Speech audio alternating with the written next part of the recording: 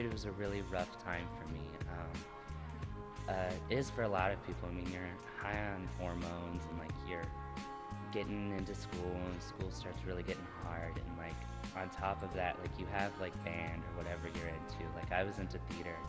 So a lot of the time I wouldn't like get home until like really late, like be at school 8:30, get home around 7 o'clock and like on top of homework and stuff. And so um, I became really stressed out and I began to close myself off to everyone, thinking that like no one would understand. Like on top of that, people began like making fun of me at school because I'd never had a girlfriend and like I just wasn't interested in dating anyone. And I began to like lash out at everyone around me and just like I didn't feel like I had anyone that I could talk to or anyone that like really cared if I like lived or died. I mean, I began to think that maybe everything would just be better if I just ended it all right here and right now. And I remember one day after a long day of theater practice, my mom asked me to do like some kind of chore, just like doing the dishes or something, and I just snapped. I remember just all of a sudden like I was across the kitchen reaching for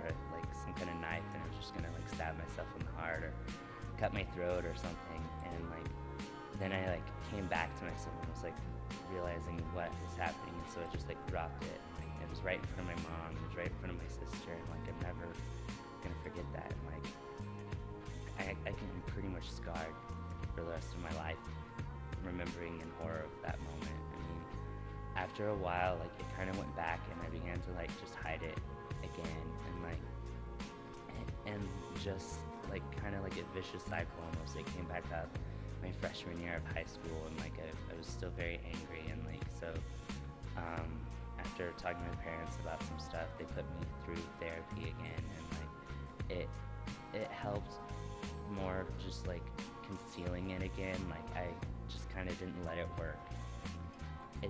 Therapy is such an awesome thing, but it only works if you let it work. So I didn't let it work and I just like stuffed it under the rug. Just some days like I just cried myself to sleep, you know, like I didn't feel like anyone loved me. This summer we went to this awesome church camp and like when we were on the bus, I mean, I was just praying for God to change me. And like I hadn't really met anyone at Hope yet, and like I'd been going for a couple years, and so I was just like praying. Like I was just done with all the just crap I'd put myself through. And I remember second night, I can't tell you what the message was on or anything, and it was just I just felt compelled. Like God just melted me and just like turned me into like putty in His hands. And I remember. They called us all up to the front and like David was standing there. I just went in there and like cried in his arms. I mean, like he knew a little bit about me, but he didn't know a whole lot about me. He just stood there and like cried with me, and like I felt like for the first moment like someone like truly cared about me.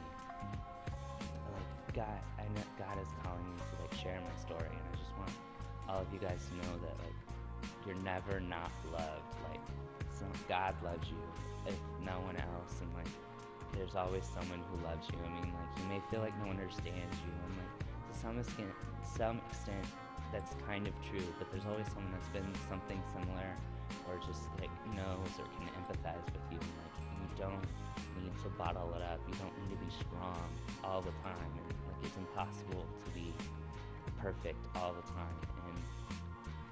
And it's only natural to cry, and it's only natural to feel anger and stuff, and so don't let it build up, because then it becomes destructive, and then the only place that can really get you is to hurting someone you love or hurting yourself. My name is Jordan Richardson, and this is my story.